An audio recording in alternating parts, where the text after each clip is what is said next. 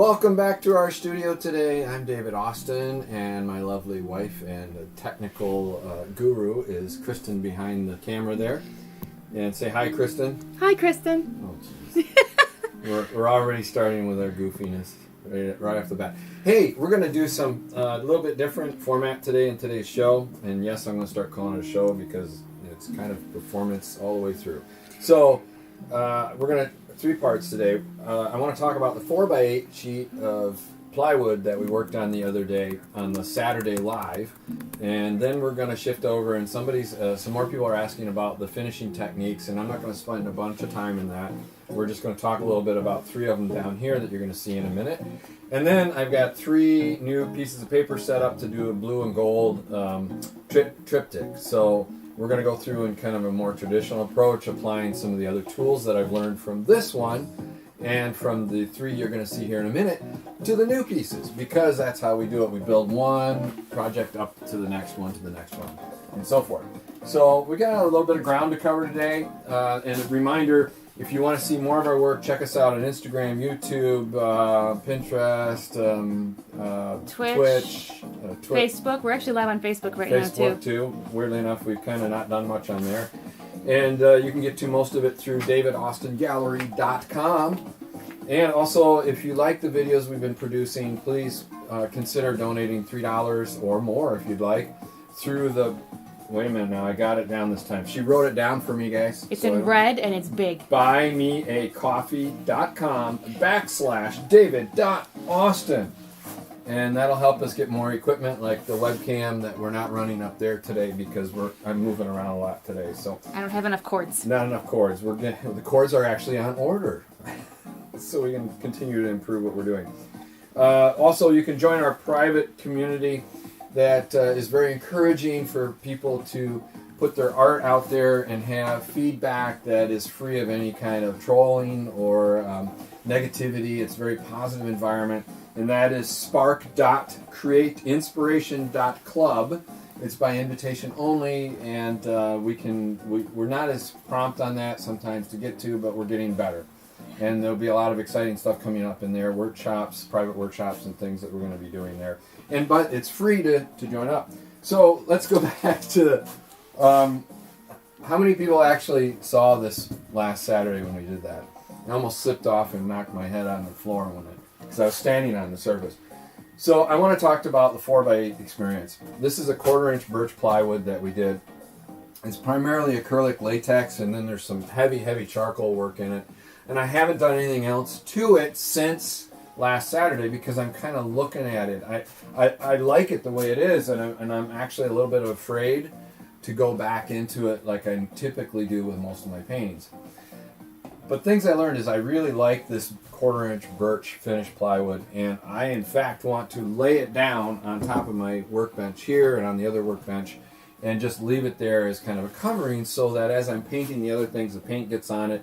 And eventually we can turn that into a painting in itself. But it'll help keep my big MDO board clean and not all messed up from the paints. Anyway, so that was fun. Now, the other thing we did on this is we used the big, giant brooms. Well, they're not brooms. Yeah, they're brooms, I guess. They're children's toys that we got from Lissa and Doug. And I thought when we got it for our toddler, he's 3 years old, we thought it'd be really fun to paint with them, and they're back there. I might play with them a little bit today during the painting session. But I like a lot of things that are happening with it. I liked the big tools because I could do big sweeping motions on it. I came back in with some palette work. I had a underdrawing with charcoal underneath it, and then I came back and did charcoal over the top of it. And so anyway, I really enjoy it. I didn't like this section over here initially, but now I kind of like this 10% thing going on over here. I don't even know exactly what it means. Vaguely, I had an idea of a landscape, almost kind of a seaside edge or a pond edge. When I went into this and started drawing, people have asked me, do I have something in mind? I guess I do, as it turns out. I do have something in mind when I do these. So if you have further questions about it, let me know. But I know a lot of you have seen this from Saturday's live paint session, which is 10 a.m. Eastern Standard Time every Saturday, and that was a lot of fun. And we're going to do that again.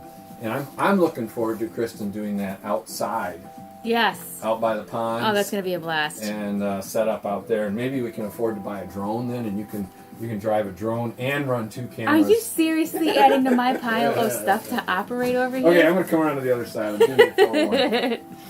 You want a drone, you know it. But we're gonna have to get a third member in here to. So let's look at these. So these are 22 by 30. This is on 140 pound hot press paper. And I did this the other day, yesterday, and then this morning I was working on some of the finish techniques. And there are some videos floating around, I think, of this. Did I do the video on these? I don't remember now.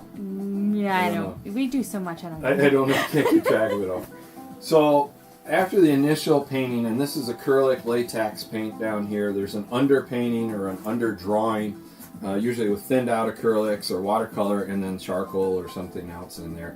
I also did underpainting on this using the Crink markers and some Posca markers too.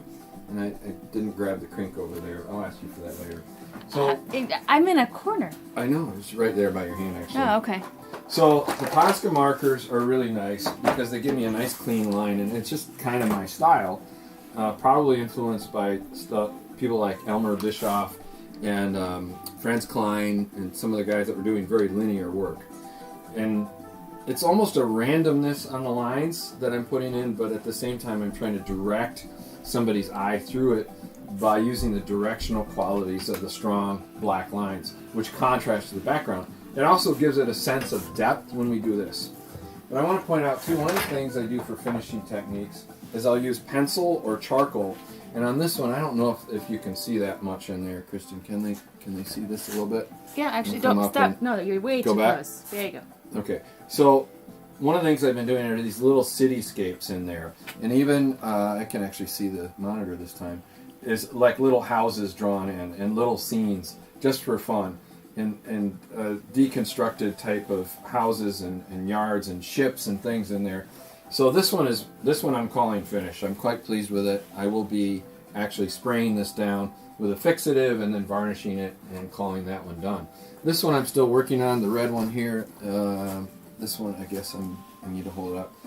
I'm not real pleased with this area yet here. I may block it with a different color. I may go back in with some iridescent bronze, kind of like I did up here, work with the reflective qualities. But I didn't feel this was done, and part of it is this area has been troubling me since I did the work. I really enjoyed this down here, almost a cubist sort of approach in a three-dimensional quality in some of the drawings there. And then I always try to add a little something extra to it, and a little tiny flower up here, just because I like little surprises. I've even added little smiley faces in a few of them too, just for fun. She doesn't even know that. Did you know I added a smiley face? No, but it annoys me.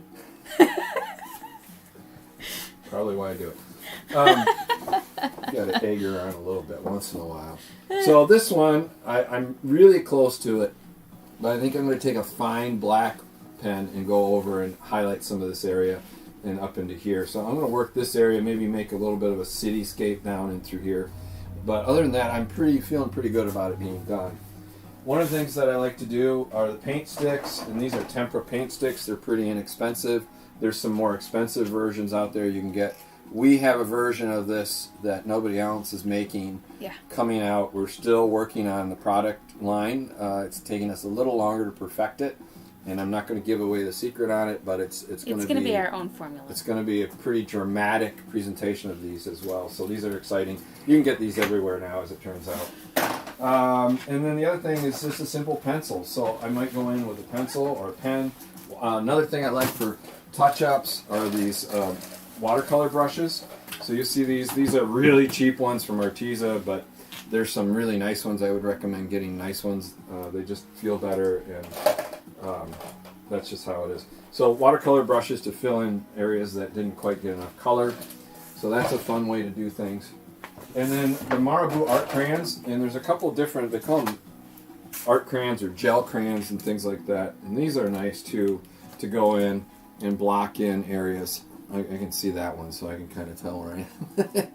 So those are fun. Now this is a wax crayon, basically. So there's pigment in it and a wax and a few other goodies to make it do really nice, to go on really smooth. So that's a lot of proprietary stuff going on there.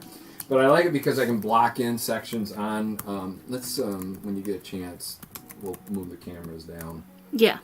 Here, I'm going to go ahead and they'll make everybody, I'm actually reaching into it. She can adjust it later. There's one of them.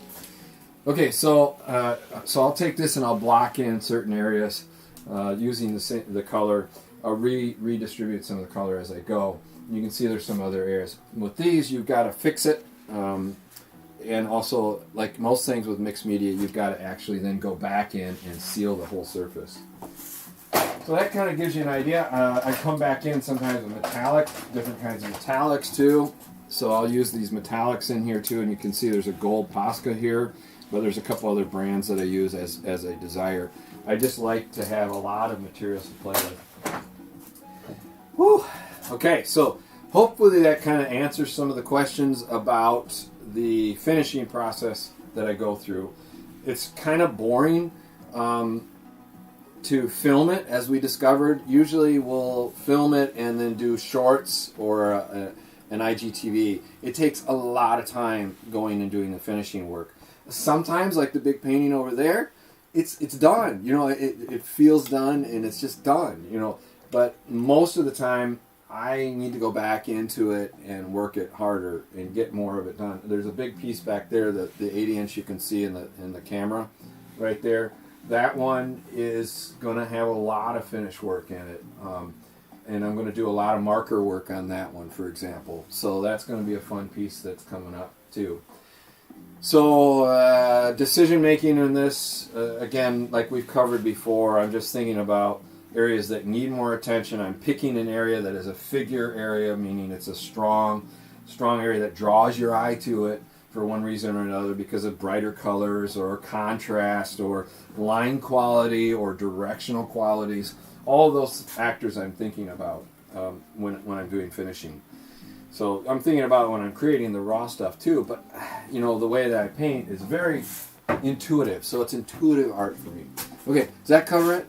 You're quiet back there today. Oh, yeah, sorry. How you doing? It's Wednesday. I'm all right. I'm listening to the samba in the background and imagining that it's not snowing outside.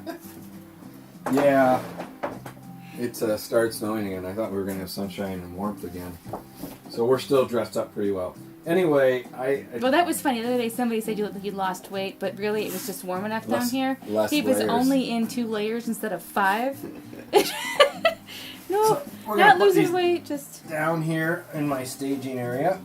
If you want to see more of the finished work, the finishing work and the details, check it out on the shorts and the IGTVs, and you can do some exploring. The YouTube has a little bit different variation on some of it too, just because their format's different, right? Yeah. Twitch is a whole other story that I don't understand, really. She's trying to teach me. Well, that and NFTs. I took on Twitch and NFTs like the same week, and it's been a struggle. Okay, so I have everything I need kind of staged here. And stay tuned for Saturday. I'm going to rearrange the studio again because I'm tired of hauling my stuff from over there and bringing it all the way back over here and bringing it back and forth. I just lose a lot of productivity time. So I'm giving up. You guys win. I'm living for the video now, and I'm going to put all my supplies on the back wall here, and then I have it. I just turn around and grab it, and you can see it. She'll be able to pan over things and see those. Right now she's behind me because people wanted to see a little more. And you probably want me to actually paint, don't you guys? Yep. They're wanting me to paint. Get on with it already. I feel like I need to start watching more late night television to learn how to be the sidekick in the corner. Yeah, you need to step that up, definitely. Yeah. You're handling computers, phones, multiple cameras. James Corden's got it easy. All he does is sit there and... I know, he just has to sit there. The director is back there pointing other people to make stuff happen, and then the cameraman only has one camera. You're all of them. So I have protective gloves on. And I have a vague idea. I want to do blue and gold. I'm going to do wet into wet to start with to get it going. And so I'm just going to get my... Go down under the round there. I was going to say canvas, but this is the paper. This is 140-pound hot press paper. It's not a really high-end piece of paper. It's a good one to buy bulk in. And I'm going to do some undermarkings. I'm going to do 3 different undermarkings today, mark making. I'm going to use the charcoal here, the crink, and then I think I'll do a Posca, or maybe I'll do an art crayon, just to give some variation today between, to see what the different actions are. I'm going to do my little motif here, but I think I might add some structure too. Ed, can you see stuff? Yeah, we're moving. So we got a sky rise thing going on, just a real gestural. And again, some of these things get covered up in the process, right, of doing the painting, but it's still there. It still adds to the depth, if you will, of the piece. And then if anything's showing through, what I do is then enhance it at the end when we're doing the finish techniques. Hey, I'm having issues with chat.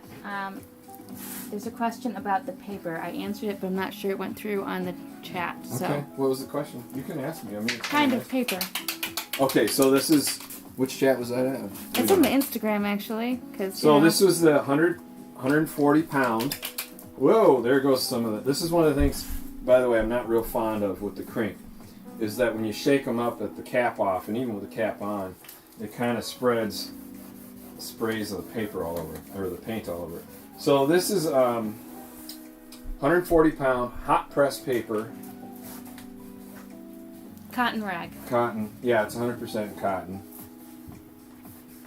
And why do you prefer the cotton over the wood grain paper? Well, the wood grain tends to curl quite a bit, so for me, I don't like that fact.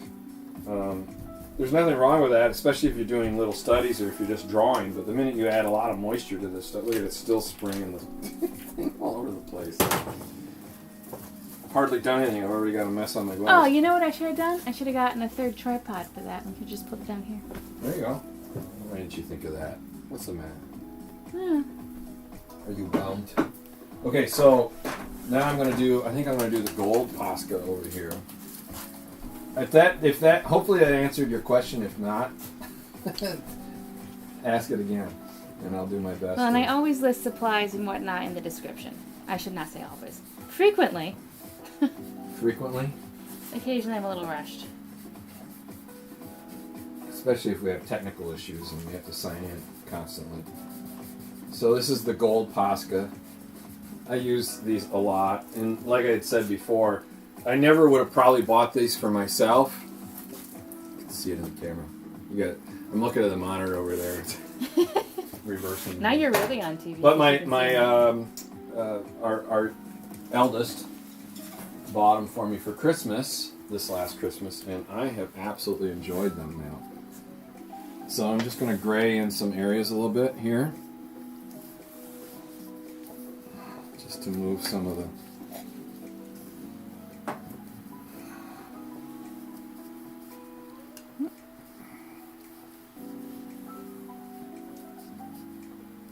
The vague feeling of a skyline mixed in there. And I think I'm going to just kind of tone this area down with some of this. And you'll see what happens when we pull the paint over it. So I'm going to do the palette work on this. It's a little different presentation than some of you have seen before with me. And that's why I'm doing it. This is just another technique of what I like to do. This is the art crayon. So again, this is the art crayon. It's really nice because I can't even find where I am. Where am I? It's okay, don't worry about it. I can turn that up and out, which is really nice. It's a wax, so it'll kind of act like a wax resist a little bit. Welcome everybody who's here. Mohammed Ban, artwork by Kale, Soren Morcherson, VC Fear 9. Welcome. Hi. Just remember, check out our links on our Instagram account and in davidaustingallery.com. And that'll give you some really fun kind of things to check out. We've got a lot of different content out there. It's a little different on every platform too. I don't just recycle it, so. No, portions of it get recycled, but it's like you said, it's not 100% recycled. I'm not going to do anything more with this one. I did some stuff here.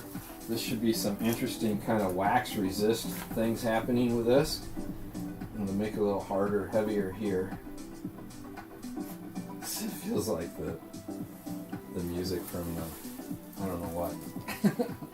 Would you like me to change it to some hip hop or something? No, we can't trust them to be not explicit. Not explicit. We're a family-friendly environment here.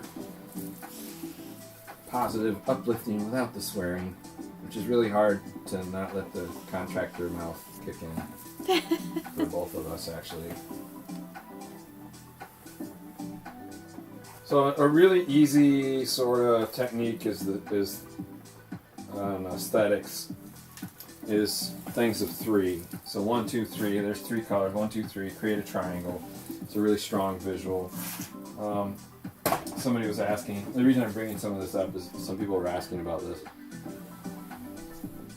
Okay, so let's start adding some color, and I'm going to start on the far side here. We got the new Windsor Blue. This is so fresh. Fresh paint. Oh, it doesn't have a seal on it. That's a little weird. It's really weird. Something used paint. That'd be funny. So this is Windsor Blue, and this is from Windsor Newton. There's the blue. Galleria. It's nice for drawing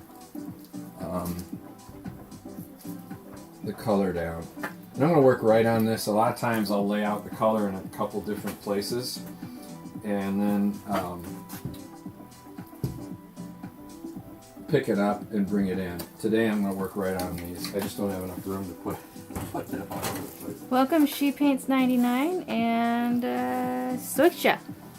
So this is a 6-inch palette knife. Now one of the fascinating things you can see is the color where it was more wet, there was more moisture in the paper. See how that... So you can actually kind of direct it, what you want it to do, based on the moisture content. So when I was spraying, I had some idea of what was going to be happening. Does that make sense? See, check that out. That's just beautiful stuff right there. And as I change the angle of the blade, it changes how much paint is presented to the... Do you want to talk about, did you gesso this paper or is it raw paper? No, this is raw. This is raw. And the choice to do that is? Well, the thing with the raw, which is really nice, is that it's very absorbent. I was going to say observant. Absorbent! So it will take the media, the water media particularly, much better. And that's really important to address. If you're looking at, like we did right here in this one, down in here. They don't want to look at me, do they? This one in here, you can see how because of the absorbent nature of the paper, we got highly saturated here, and not so much there. Oh, sorry. It's graffitoing in. I'm sorry I missed that view, guys. You might as well just keep it on all three of them. I can't. Hey, you got most of it covered right there. Look at that. I'm missing half of this picture. Well, you could bring it down just a little bit. You don't need to see this. There you go. That's 99%. We'll all just have to handle it. So I did say blue and gold, so I'm going to add some gold in here. And actually I made a little bit of a mistake because normally I do the gold first and then put the blue on. Why is that? Light to dark, although dark into light can be very interesting too. So let's see if I can come up with this fix here on this. This is a cadmium yellow deep hue. And we're going to take and draw this down through here. One of my favorite colors. It's just so cozy and warm and soothing. It's funny, your sweater today is also blue and gold. I meant to do that. Not really. You can see how the color is drawn right down through it. And then if I don't like it, I can thin it out, right? Now someone was asking how do you prevent it from getting too muddy, and you can see it doesn't take long. What you? Oh. Because I have my own artistic vision, man. Oh man, you're all over the place. It can muddy really fast if you work it too much, and that's exactly what was happening there. Now we have almost a green color over here, right? And the more I work it, the more homogeneous that color will get. And sometimes you can come up with something pretty cool by doing that. I don't like to waste paint, so I often will have a sheet like I do on the end here. A lot of Europeans today. Anybody have any questions? In a language I might be able to answer. Yeah.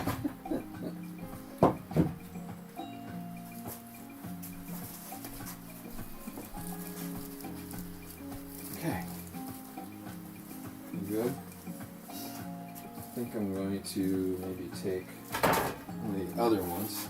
I'm going to wet this down a little bit. See, I'm not used to working this section because of the... I'm used to working over there. I took over his spot. Let's do the ultramarine on this. I'm going to just blend a little bit of this. Oh, thank you for the hearts. Here we go. All that blue across there. Yeah, I'm going to use a plastic knife because I want to mush more of the paint as I go. Which blue from Windsor is the question I got? That one here? Yeah. So I got a couple blues. I got Windsor blue from Winsor Newton Galleria. I've got, right now, this blue here is ultramarine. And then I have,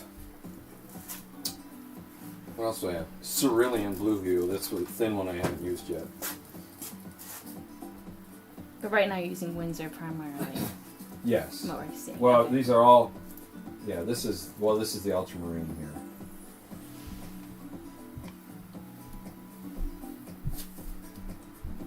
So now I'm going to draw, I put it thick and now I can actually scrape it and push it into the, and then I can take my blade edge and actually draw a line down through it.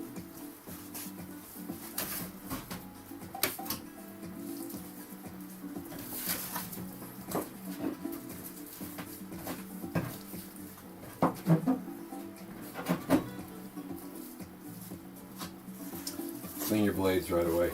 You'll be sorry otherwise. So I got a new blade. I got a 4-inch blade today that we're going to try a little bit of today. Woo, that's sharp. Boy, you can tell it when they're new. You can really, really tell when they're new. It's a brand new 4-inch blade I picked up.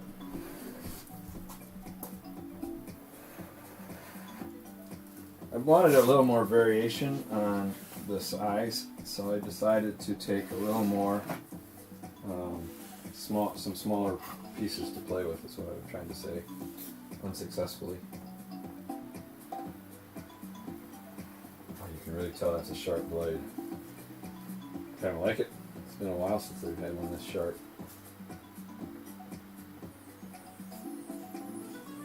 Moving the whole body through it. It's almost at that point like a yoga or a Tai Chi sort of motion. And now we're building some layers up, which gives it a sense of depth. Okay. And there's a certain amount, the reason I like to have 1, 2, 3, 4, 5, usually when I'm working I have about 5 surfaces going at a time, I have some on the floor and such, is that I can come back, I can let them set up a little bit. Because acrylic dries pretty fast, this is all acrylic. It oils it, you know, it's a different kind of workability for the oil. With the acrylics, I can let it set for a little bit, come back to it, and it will change the characteristics. So I'm always watching the different surfaces to see where they are. Not used to having those things in my way. A little bit of a curve on that one, just to do something different. Okay, let's see about this. What are we going to do in here now? I'm feeling like I'm going to take this through.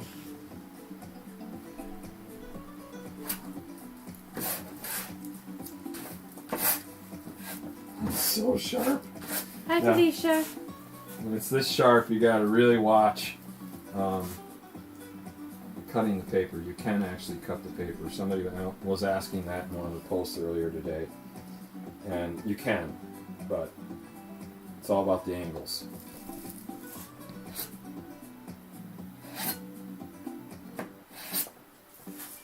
You can hear the...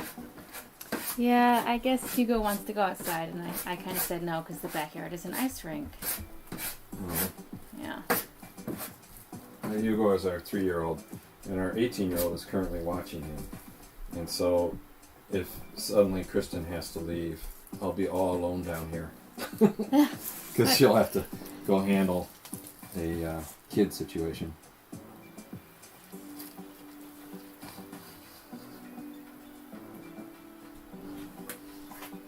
So you see there was a lot of paint on the blade, so I just pushed it down, changed the angle, got it down in there more.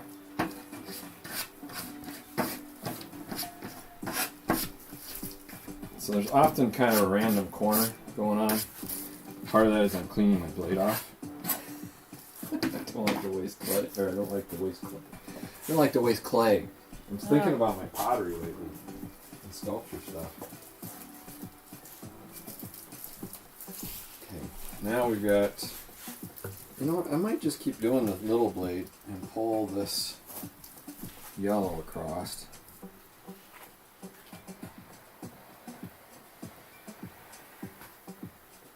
Really different through that blue. There it is. Whoa, I lost it.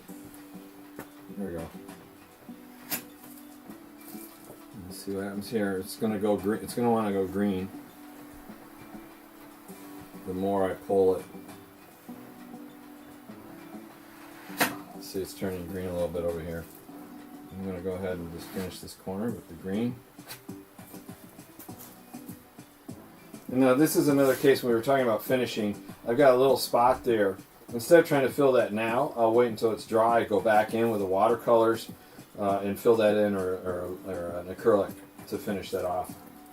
So that's one of those things we were just talking about in finishing techniques. Technical. Alright, let's do that, and then let's go like this. And I think I'm going to just a little bit of script feel. Again, careful because this is really sharp this time. I like that appearance of language, you know? It looks like it could have language to it, but it's not.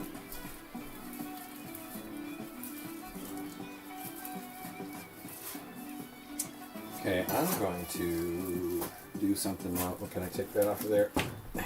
Yeah. So this is a heavy gesso right here. It's about to die anyway. It's about to die anyway. Oh. We're going to be musicless? You're going to have to sing for me now. Now I've run to the crappy phone speaker. Anyway, so you got some new, what is it? This is the heavy gesso from Liquitex. And I wasn't planning on doing this, but I decided I'm going to do a little something in the middle and create some texture in here.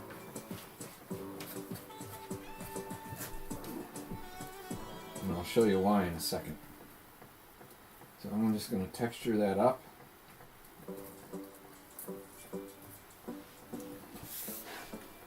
And you can see some of the blue is getting drawn into it.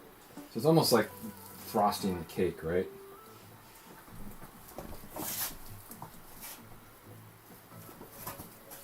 I'm going to take, I got that one there, I'm going to leave that alone. I'm just trying to debate on this one over here. Where to add a something and something something. A little something something here.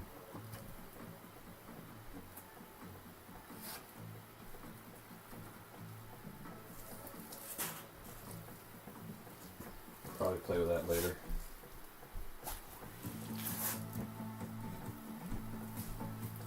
It's interesting because the Posca marker, you can see some of the bleed through in the angles, almost like a sun sun rays on that one. Really fascinating. Okay, I really don't want any more of that, so I'll put that in there. Let's put this down here somewhere. Oh, I just can't type today. Okay. Now I have some really thin cerulean blue. It's thinned out with water. And I know the funny thing is, a couple of weeks ago when we were talking about this, and people were asking me what I thin it with, and I said water, and a day later, Liquitex had sent me an email saying don't thin it with water. So you really shouldn't, if you want the integrity of the polymers to stay intact and the adhesion to stay intact, and so forth. But in my opinion, it just becomes a water media at that point, like a watercolor, and you just simply have to fix it and then varnish it, and you're going to be fine.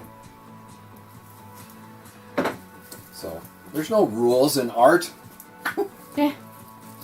There shouldn't be any rules in art. So we're going to put this in here.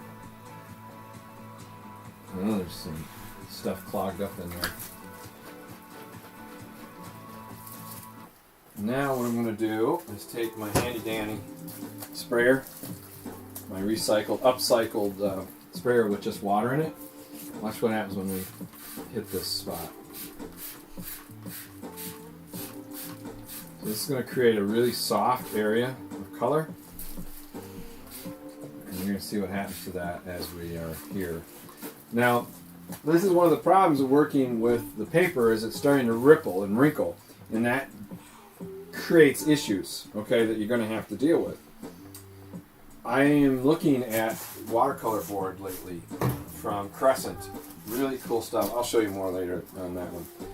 And that is a more rigid surface. It seems to be more resistant to the shifting of the paper.